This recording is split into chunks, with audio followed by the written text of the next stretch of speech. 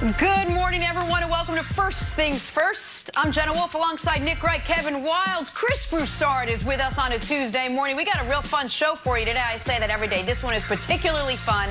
I promise you we'll revisit at the end to see if I was right. Why the Carolina Panthers might be to blame for Cam's unemployment. Why Tua can't be the next Dan Marino. And why we may be losing Nick Wright to the Cleveland Browns. I'll let that sink in for just a glorious second.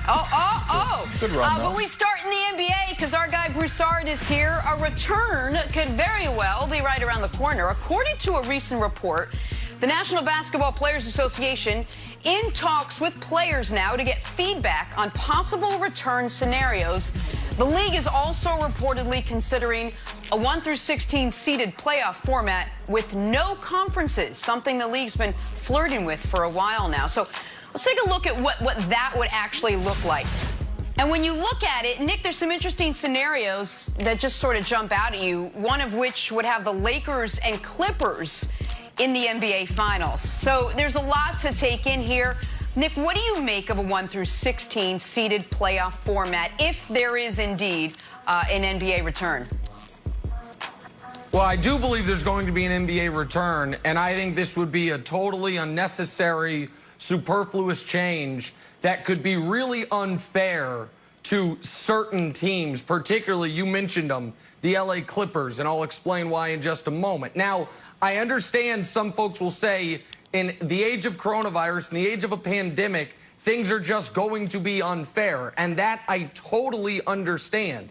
But there is no need for this. This would simply be using the fact that because of coronavirus, they're all going to be in the same location to experiment with something they've been talking about doing for years. But I do want people to go back. The reason we initially started talking about should you seed the playoffs 1-16 was because there have been years where the 10 seed in the West, a team that misses the playoffs, would have been the 7 seed in the East. And so the idea was make sure you get the best 16 teams into the postseason. But this year, whether you seed it this way or the traditional way, it is the same 16 teams.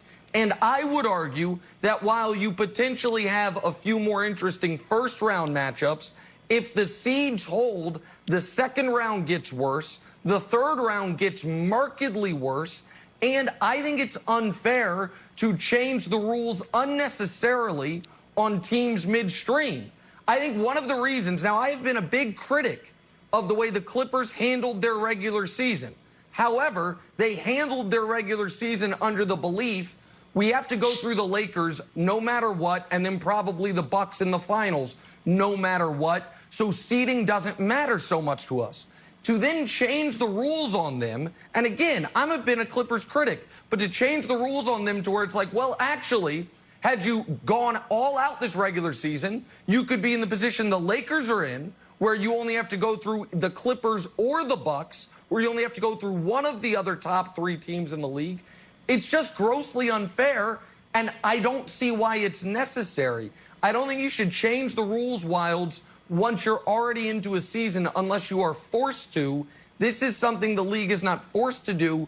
It would just be taking the opportunity to do because they're all in the same place and travel's not an issue. I don't see the need for it, Kevin. Well, I see the need for it because, first of all, it's super fun, Nick. You never mentioned the word fun, which this is the funnest playoff format we've seen since in the history of the NBA. So if the question is, am I voting for it? I'm not only voting for it, I'm parking the cars. I'm the old lady that welcomes you into the elementary school. I'm the kid that's selling you apple cider donuts. I'm the guy checking your name, and I'm giving you the sticker, I voted sticker. I think this is a wonderful proposal, Broussard, and I'll give you one reason why they should do it, Nick. Outside of just fun. The Jordan documentary did a 6. We just saw an exhibition golf match do a 5.8. The first round of the playoffs, about 3 million people watch them. So they're in an opportunity right now to be as aggressive as possible and say, hey, we've got a unique opportunity. Let's push to get as many people and drum up as much interest in the NBA as possible. That's an opportunity right here. If they do the same old seeding, the same old, fine. But when they come out of that first round and they're doing a 3, then they have no one to blame but themselves, Broussard. Nick, you're right about one thing. It's not necessary. I'll give you that. However, it's great. I love it. I've been calling for this for about 10 years, so I'm glad they're going to experiment with it, you know, if indeed they do this. But remember, if they start in late July, they're going to be battling the NFL for ratings. So you need as much juice, as much pizzazz as you can get. And this, it's not a guarantee, but this increases the likelihood that LeBron James and the Lakers get in the finals. And I think we'd all love to see that. And it increases the likelihood of not a Lakers-Clippers Western Conference final, but a Lakers-Clippers final. That is tremendous. Now, you said it's unfair to the Clippers. I think it's better for the Clippers because they don't have to go through LeBron and the Lakers in the conference finals. They just have to go through Milwaukee. That's not easy. They got Boston maybe in the second round. That's not easy either, but it wasn't going to be easy either way. I think this is easier for them than it would be if it was just the Western Conference. Remember, Kawhi Leonard, with what I would say was a lesser team last year, took out Giannis and the Bucks in 6 games, beat them 4 straight in that series. So it would set up a nice grudge match between those two as well, potentially, which is more exciting. So I'm shocked, Nick, that you don't like this because I think it creates more excitement. Nick, your eyebrows tell me that you disagree with the most of what Broussard just had to say. Yeah, I just, listen, you're right. This would be good for the Lakers. This would be good for my guy LeBron.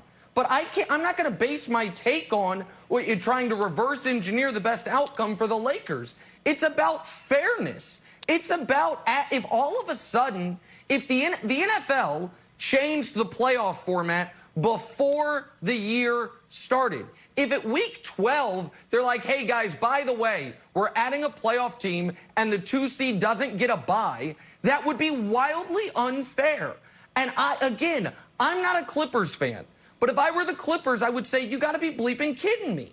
That you have made it so the battle for LA, we thought we were going to get this in the conference finals, have to play each other no matter what. Now, I'm still skeptical, by the way, that the Clippers, under any format, are going to be one of the final 4 teams remaining, but set that aside. Now you're telling us that LeBron, in theory, is going to get, for a chance to go to the finals, get a chance to go through the Raptors again?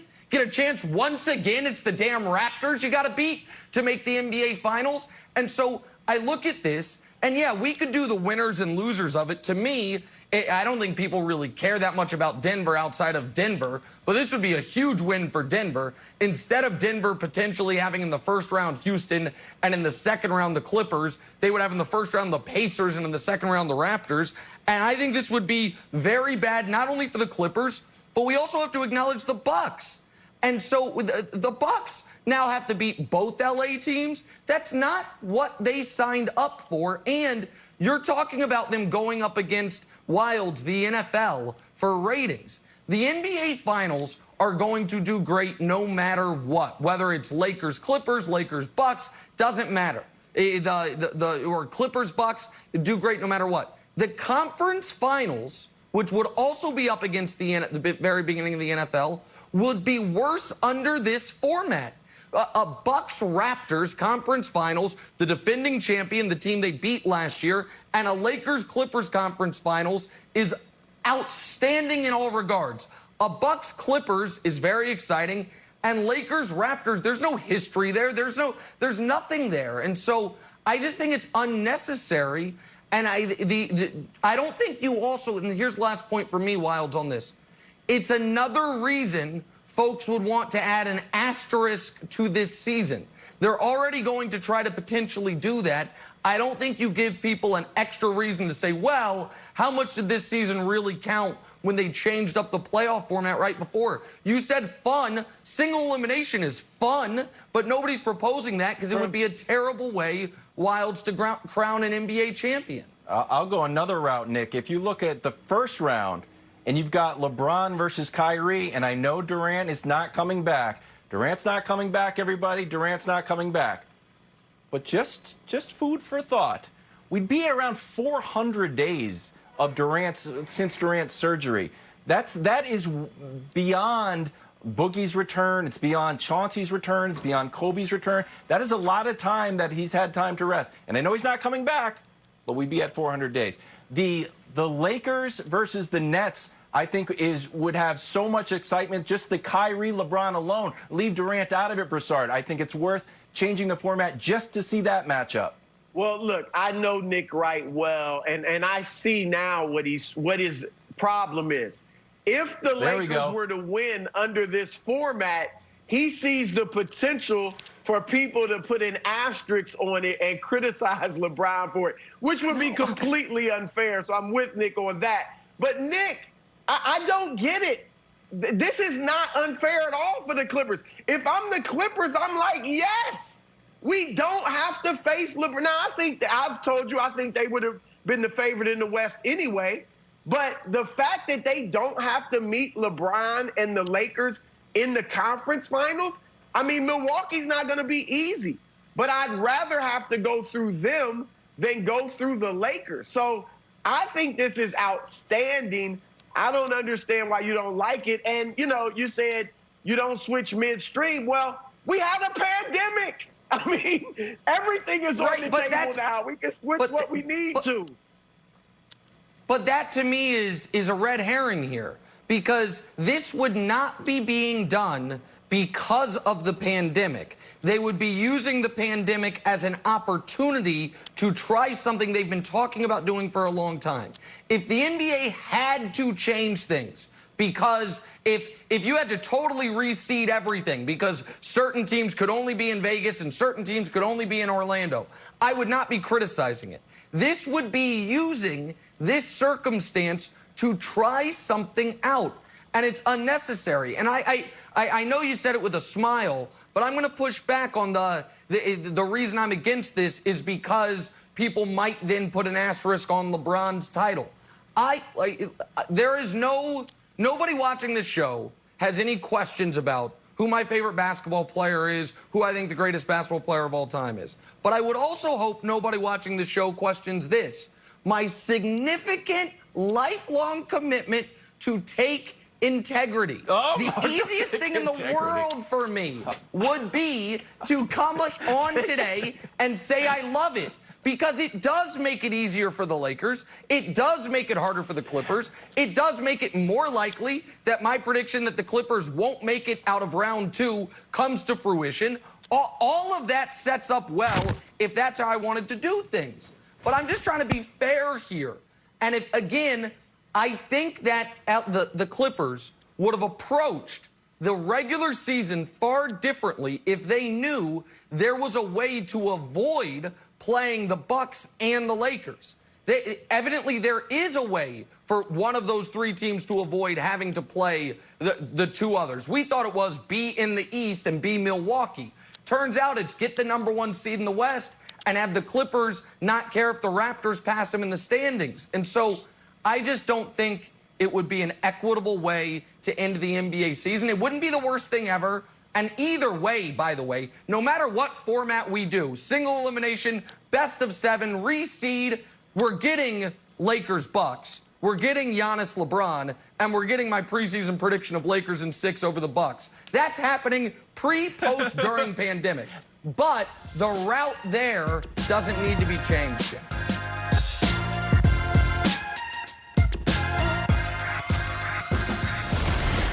Back here with Coach Eric Mangini. We're drawing a blank. Former Giants All-Pro running back Tiki Barber gave us some insight on why Tom Brady may have left the Patriots for the Bucs, with Tiki saying, quote, "It's great to win, but sometimes you want to have fun." Cyndi Lauper said the same thing, by the way.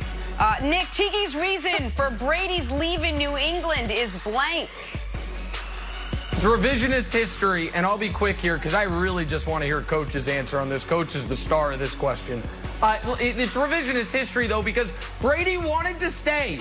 Brady desperately wanted to stay. This is your wife leaves you, and then your friends are asking you about it, and you're like, she was a nag anyway. It's like, nah, bro, you were begging. You said, we'll go to counseling. I'll do anything for you not to leave. And then she left, and you're like, I didn't want to be there anyway. So it's revisionist history, even though I'm sure it will be more fun with the Tampa Bay Gronkaneers or whatever the hell they're calling themselves. Gronkaneers, there you go.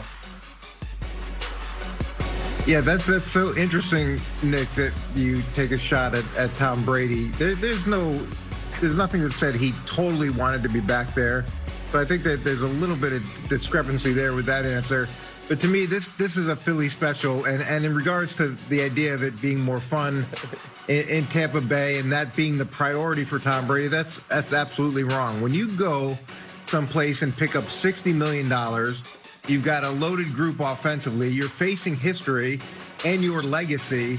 The last thing that you're doing in terms of a decision is making it because it's going to be the most fun. You're going to have wacky Wednesdays and casual Fridays and all that. That's not what he's looking for. That's not how it works for Tom Brady. And you saw it when he played golf. He was having fun playing golf, but he would have been happier if he had won at the end of the day. So Coach modified his answer because last week when he was on, he said Taco Tuesday, and we exploded and thought it was a shot at LeBron, so he changed it to Wacky Wednesday, which, by the way, is on tomorrow on the show, Wacky Wednesday. We've all wear your silly hats, guys. I will. I went with Arians-esque, and here's why. I didn't know. I listened to this interview. Tiki and Rondé, one of their early babysitters was Bruce Arians. If we have this photo, Jenna Lane from ESPN wrote a great article when Rondé Barber was being honored by the Tampa Bay Bucks. And this is good old Bruce Arians. The quote here, Bruce Arians wasn't kidding around about having some wild hair. And yes, he really was their babysitter, although Arians said to me laughing, I'm the cool uncle you like to have a drink with, not a father figure.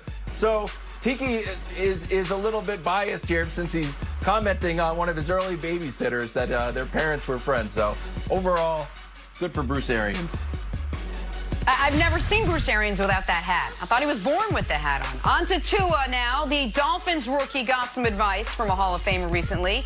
Warren Moon saying Tua, quote, just has to be himself. He can't be Dan Marino. Nick, Warren Moon's advice to Tua is blank. Spot on. And I like Warren a lot, but I think Warren is showing his age a bit just by even alluding to Dan Marino. Dan Marino, when he played his final game with the Dolphins, Tua Tagovailoa was 1 year old. Since then, give me a moment here, the following people have started at quarterback for the Dolphins. Fiedler, Heward, Lucas, Greasy, Feely, Rosenfels, Farrat, Culpepper, Harrington, Lemon, Green, Beck, Pennington, Henney, Thigpen, Moore, Tannehill, Cutler, Osweiler, Rosen, Fitzpatrick.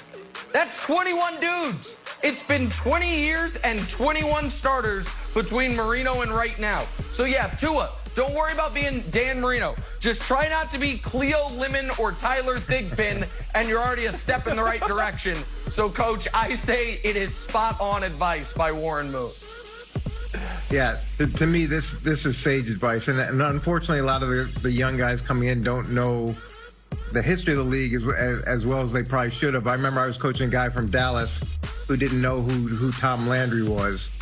But that being said, it's sage advice in the sense that you need to make sure that you're doing it your way. And one of the mistakes I made as a young head coach was taking too much from my football fathers, Bill Belichick and Bill Parcells, and not doing things as authentically as I should have done. And to me, this is a really smart way to approach things for Tua. Jenna, I went with ouch here because later on in this article, it's really good by Cameron Wolfe. I just got a shot I got a gut punch. I got a kick in the back. If we can put up the quote here. The great thing for Tua is Dan Marino retired 20 years ago. So it's not like he's falling right behind a legend like Aaron Rodgers following Brett Favre or whoever follows Tom Brady. I mean, guys, we've got two quarterbacks. Got Jared the Javelin and Brian Hoyer. Warren Moon. Whoever. Tip of the iceberg. It's going to be a long season for Kevin Wildes. On to the Kansas City Chiefs now. Their high-powered offense continues to receive high-powered praise. CBS Sports ranking Patrick Mahomes, Clyde Edwards-Helaire, and Tyreek Hill as the best quarterback, running back, wide receiver trio in the NFL for this coming season. That despite the fact Edwards-Helaire hasn't even played a game for them yet. So, Coach, I know how much you love polls and lists and rankings before a season even starts. The Chiefs being named the best NFL triplets of 2020 is blank.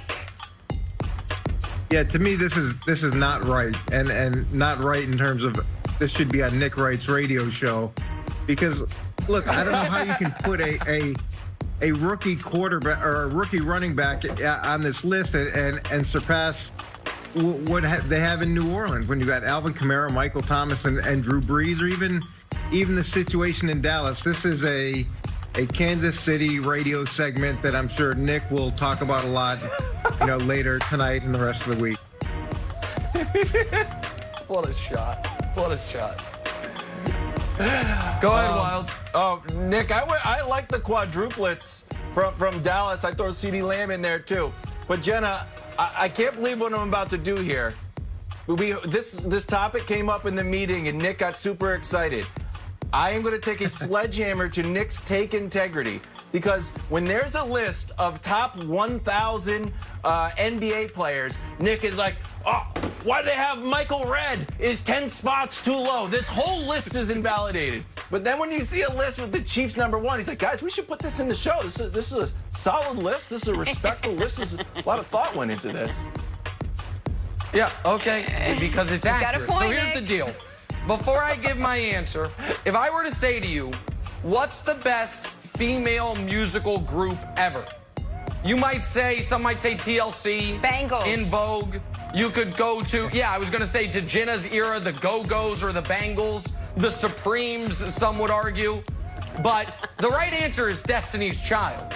And do you know why the right answer is Destiny's Child? Because Destiny's Child is the only female musical group ever to have Beyonce.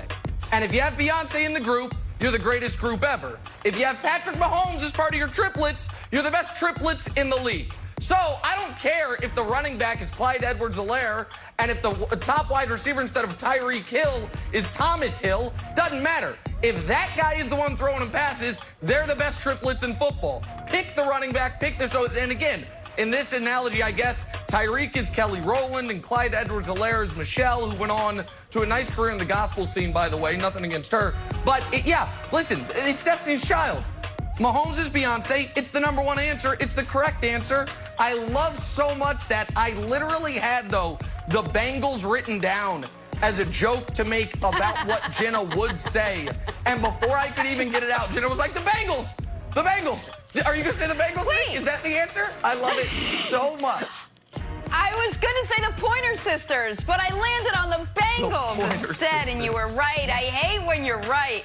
All right, finally this morning, the Cleveland Browns are taking part in the All-In Challenge. This is so cool. So the winning bid will give not just one, but 2 fans the chance to help script the first 15 plays of a preseason game. Our guy Nick's been bragging for years about his one can't-miss play that he'd love to see in the NFL. So, Nick, the Browns offering a chance for fans to script preseason play calling is blank. My big break. Now, once upon a time, I was made fun of for designing this play. I don't need 15 plays. I need 1 play, and this is what we call the 3rd and 20-plus penalty bait play. So here's what we're doing, Coach, and you break this down for me, please. We're going double tight end, max protection. We're putting the quarterback in shotgun, and our 3 wide receivers' only job on this play is not to get open, not to catch the football. We are only trying to draw a flag, which is why we're only doing it on 3rd and 20-plus, 3rd and impossible. You've got your slot and your wide receiver. They're going to run zigzags just to try to draw an illegal contact or defensive holding penalty. You think you're running the slant? No, I'm going out here. I'm going back just to try to get illegal contact. The guy who's running the streak, again, if you throw it to him, the quarterback knows you have to throw it underthrown by 5 yards. So he comes back to try to get the pass interference. We have 3 separate opportunities to get an automatic first down on 3rd and 20. I don't understand. I think Tony Romo stole this idea from me and talked about it on television last year, but I've been talking about it 4 years. Coach, talk to Brian Daboll or one of your friends in the coordinator game and tell them they can license this play from me. I don't know what to make of this. It kind of looks like a punt formation. It kind of looks like some stuff that Jake did like years ago in his little make-believe playbook too. To me, this is refreshing from the Browns, because typically in the preseason we're talking about, you know, how great they're going to be, or there's some kind of trouble. And over the course of time, there's been plenty of plays that the Browns have run that look like someone from the stands had called them. And look, I was probably guilty of some of that when I was the head coach too. But I love this idea. I think that every team should probably adopt this idea where you do something with charity in the preseason to give a fan experience of drawing plays. And you can ideally get, you know, some outstanding stuff like what Nick drew up, I guess. Thank you. Oh my gosh, it's a good idea. Just to put good idea. Just to put a button on it, Jenna, as soon as they get the first down from Nick's play, I think you got to just give the ball to Nick Chubb up the middle. I know everyone wants to come up with a lot of creative play, but Nick Chubb is out here working out, just like, hey guys, just give the ball to me. Bench pressing, squatting about 585 pounds, Insane. I think. So Nick Chubb ready for, if you want to draw another play up for Nick Chubb, maybe he can run one of those zigzag routes. That's insane. Again, So, you're not going to convert a 3rd and 20. You've got to try to draw a penalty. The NFL emphasized illegal contact defensive holding.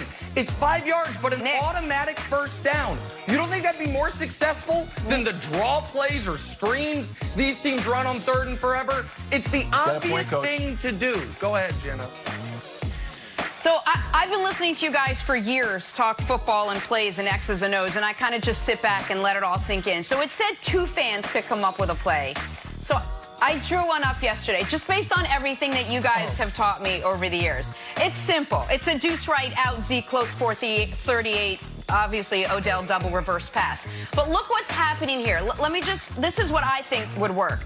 So you have Baker there, hands it off to Chubb, right? Chubb shifts right, gets it to Jarvis. You see Jarvis there. He then swings left over to Odell, who throws it to Kareem Hunt in the deep cross.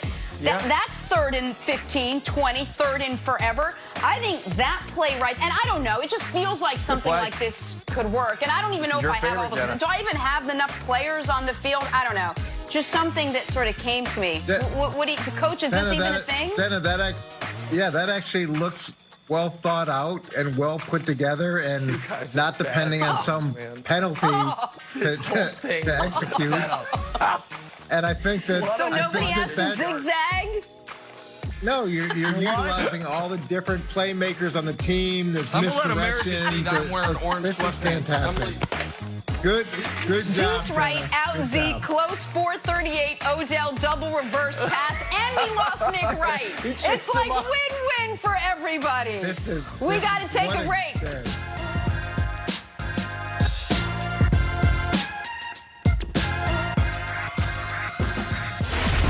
Back here on First Things First. Make sure you check us out tomorrow. Enos Kanter will join us to talk about the NBA's possible return. Should be a fun conversation tomorrow morning right here on First Things First. And joining us now is Super Bowl champ Greg Jennings.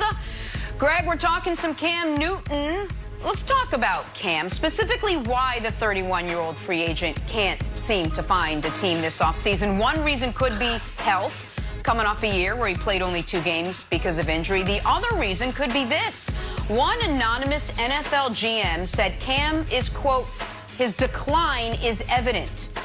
Nick, you've been on the Cam corner since the beginning. You think Cam's decline is evident? Well, I thought it was. And then I happened to, unlike this anonymous GM, evidently, watch the 2018 season.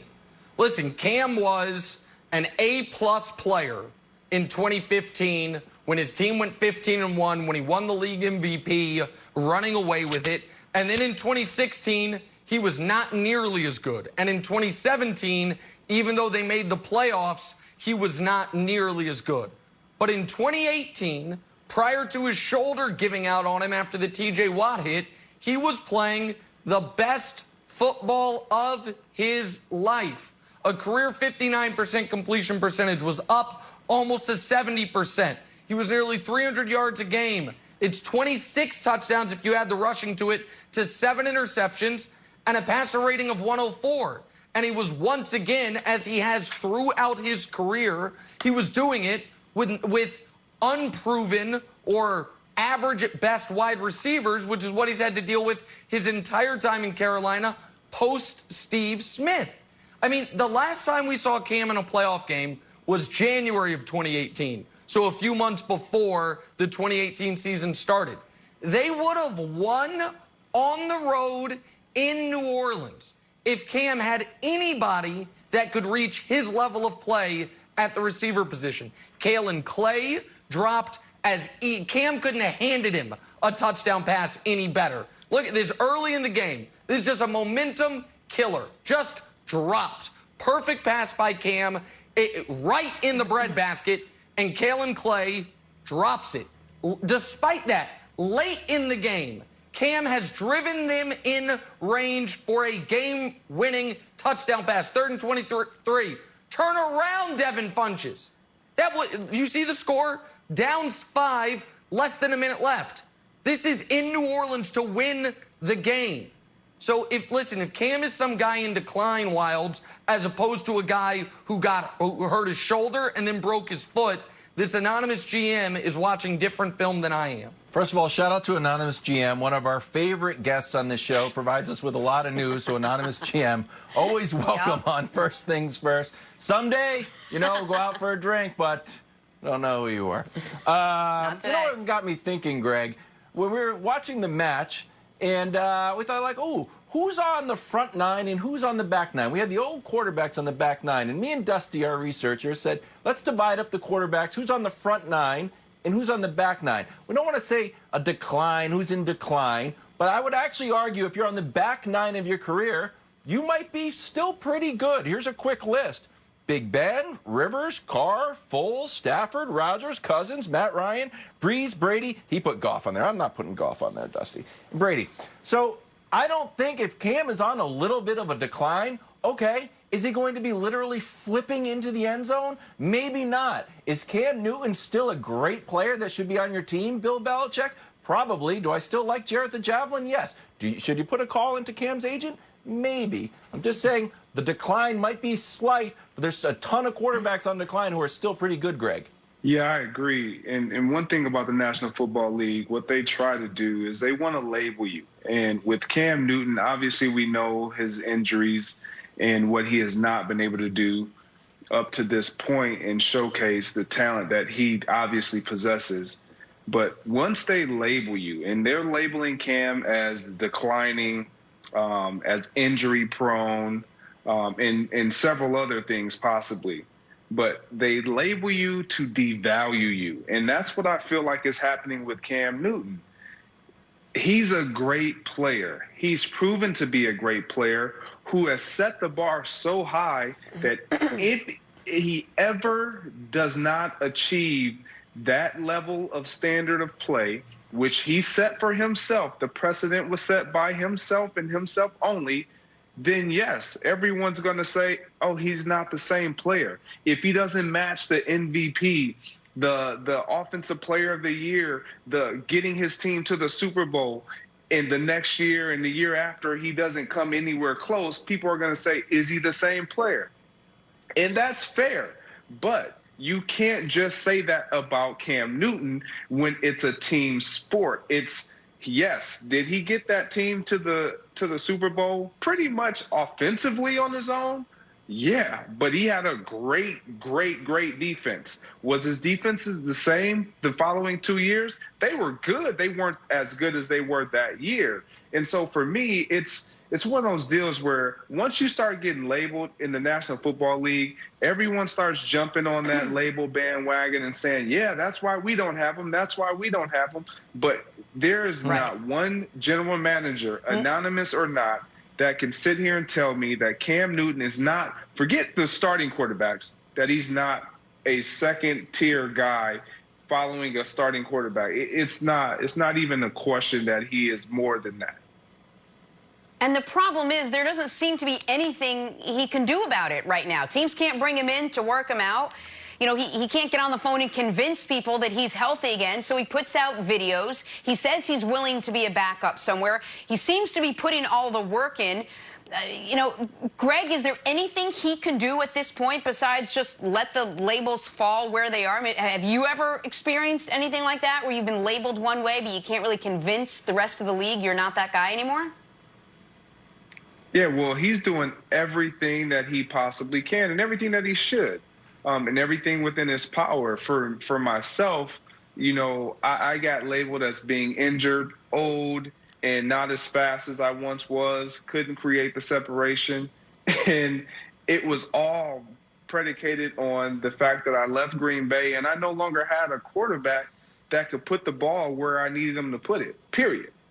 I played a dependent position. But what Cam Newton is dealing with is a team in the Carolina Panthers who, going into the 2019 season, said, okay, Cam's going to have to change the way he plays. We want him to be more of a pocket guy. We don't want him running the ball. Well, guess what? What makes Cam Newton special is the fact that he's a dual threat quarterback. The fact that he can be a threat with his legs as well as his arm. Let him be who he is. And so once you start to try and take away things that makes a player special and unique and great, then yes, his play is going to look a little different, but he still was able to produce outside of the injuries. I don't see why he's not on the team. And he's been unfairly labeled injury prone because he broke his foot. Here's an inconvenient fact for the folks who have disliked Cam for a decade and have been waiting for an excuse to push him out of the league. Prior to breaking his foot, Cam Newton was eligible to play in 128 NFL games. He played in 123 of them. Prior to breaking his foot, his most games missed in a season was 2, and 5 years he played all 16. He played 16 5 times, 15 once, and 14 twice. And then he broke his foot. A broken foot is not a spinal cord injury that takes you out of football unless people, for some reason, want you to have a reason to be out of football, Jenna.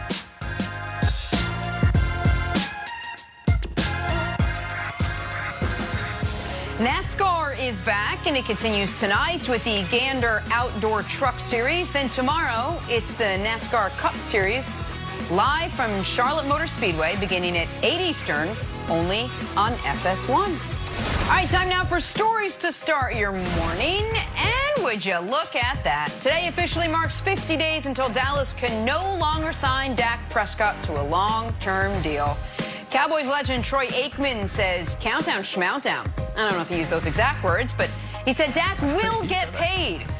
Nick, as Hamlet would have said, to deal or not to deal, that is the question. Not sure he said that, but does a deal get done? It certainly does not get done before that countdown gets to single digits. It might not get done until that countdown gets to less than 3 days. I would be shocked if it gets done before July 10th or 11th. And I think we are a coin flip proposition on whether it gets done at all. If Dak was willing to play last year without signing a $100 million guaranteed deal when he was only slated to make a couple $1 million, you think he's going to have a weaker negotiating position when this year his worst case scenario is $31 million? If this deal gets done, Wilds, it is going to be for a price tag that leads this show for a week, because it will make Dak Prescott the highest paid player in the history of the NFL, and nobody thinks Dak Prescott's play merits that, Wilds. Yeah, it'll lead the show until Patrick Mahomes and Deshaun Watson's contracts come around.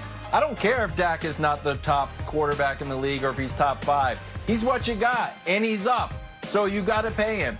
That's where we are in the scale now. I think this gets done. I was that kind of worried, but Troy brought me down to not worried at all, Greg.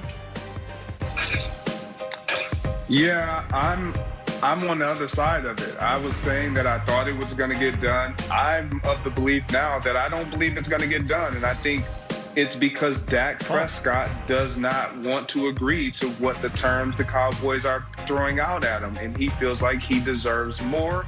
And he is in a position where if he does play out this franchise tag and he doesn't get a contract within those 50 days, he feels like I have the talent around me. I will do it all over again as long as I stay healthy, and someone will pay me the numbers that I'm looking for. All right, moving on to the Seahawks now, where offensive coordinator Brian Schottenheimer had some advice for the rest of the NFL in regards to his quarterback. Schottenheimer saying Russell Wilson is the wrong guy to doubt. Nick, is anyone still doubting Russ besides apparently the people that Schottenheimer is hanging around? Well, I think Brian Schottenheimer is a great quote, and you need to repeat it like people do Beetlejuice 3 times into the mirror.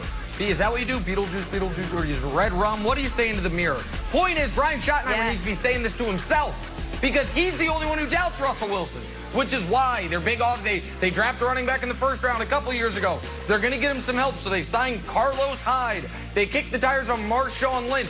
Everyone knows this is, I believe, a top 2 quarterback in the NFL. The whole world agrees a top 5 quarterback in the NFL, which is why it's so indefensible that Brian Schottenheimer, under your guide, they have been 2nd and 3rd in the NFL in rushing attempts the last 2 years because you insist on taking the ball out of Russell Wilson's hands.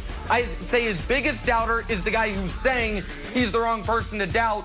So while it's here's hoping Schottenheimer takes some of his own advice this year and they unleash the full Russell Wilson experience, so to speak. Okay, I'll make mine quick until Beetlejuice shows up. I don't know if that counts if you're on TV or you actually have to be in front of a mirror. I thought the other part of this quote was interesting. He was saying that Russ is hearing this MVP talk and that he's not involved in the MVP conversation, so that's going to be a motivating factor for him this year, Greg. Yeah, I'm not so sold on that part of the quote, but for me, I'm with Nick. Yeah, when we saw Russell Wilson a couple years ago in the playoffs in Dallas, down in Dallas, and we all knew that it had to be Russell Wilson or nothing for them to win. That wasn't the case. They stuck with running the ball, and who's in charge of play calling? The guy whose quote we're reading. So I'm with Nick. If Schottenheimer doesn't heed to his own quote and advice of just let the man rip it, grip it, and rip it, then he's the problem. All right, let's talk some Mike Tyson now. Earlier this month, Bare Knuckle Fighting Championship offered the 53-year-old a $20 million contract. And now they're apparently doubling down, offering Tyson even more money as well as charitable donations. Nick, come on. Should anyone step in a ring against a bare-knuckled Mike Tyson? That's the thing. Jenna, you nailed it. The issue is not getting Mike Tyson to agree to a certain amount of money to fight someone bare-knuckled. The issue is finding someone who will put a monetary value on dying, on their life. It's like, all right, how much money will it cost for you to die in the ring at the hands of Mike Tyson? Bare knuckle? This is with gloves, and the guy he's sparring with is wearing pads, and you can see in one of the highlights, the guy's like, he kind of got me there. Through the gloves and through the pads. This is insanity. No one's going to sign up for this. What was this, the Hunger Games, the Purge? Like, no, this is lunacy, a bare-knuckle fighting championship. No, there's no amount of money anyone should accept to sign up for that right there was. Here's the other crazy thing about this. $20 million isn't that much money. Floyd made $275 million against Conor McGregor. Conor McGregor made $100 million. So take your $20 million and send it down the road. If you want to talk about $100 million that these exhibitions have been drawing, let's talk about that. But $20 million, I'm not waking up for that if I'm Mike Tyson. Since when is $20 million not a lot of money? On what earth? When you got $275. Yeah, I hear you on that. I totally disagree, but I'm not fighting Mike Tyson bare knuckles. I mean, if I want to see what the opponent would get offered. Honestly. All right, finally, we got to get to this. You guys ever hear of this 10K calorie challenge? Not 10,000 calories consumed, 10,000 calories burned.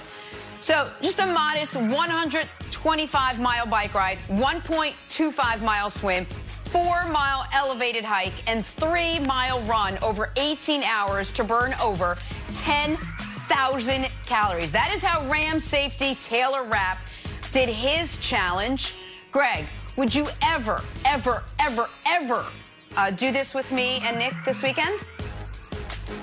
No, absolutely not. Number one, because I'm not swimming over a mile. That's not happening. Like, I might ride the bike for half of that. It's like 90 laps in the pool. I'm out. The swimming, I'm out. I'm done. And I can swim, but I'm not swimming like that. That's just not happening. And you got to swim in open water probably somewhere. Yeah, no, I'm good on that. All right. Well, Jenna, I did the math on this. It's 125 miles from my house to Pat's Cheesesteaks in Philadelphia. And I was like, oh, I could actually make that. Actually feels like a doable thing for me. I got on my bike at 6 in the morning, and I get there about 7 at night. Nick, I don't know how many nicotine patches you would need to complete this. You would be taking them like Gatorades, like on a marathon. Yeah, I don't know how many either, but it's something like we could have put, there's so many things we could put in there that seem awful. You know, here's a better question. Would it cost more money for me to sign up for that bare knuckle boxing match with Tyson or to sign up to try this with Jenna this weekend? I think that's a coin flip. I'm not sure. Either way, I'm dying. At least the Tyson one would be a good story for my kids to tell. So I'm not signing up for this. And Jenna, this seems like a tough putt even for you. I know, but Nick, if you're going to go down with my face as the last thing you see. It's better me than Mike Tyson. No, you can't lose. That sounds We got to truly go. awful. We'll see you tomorrow. Have a great day. Stay safe, everyone. Take care.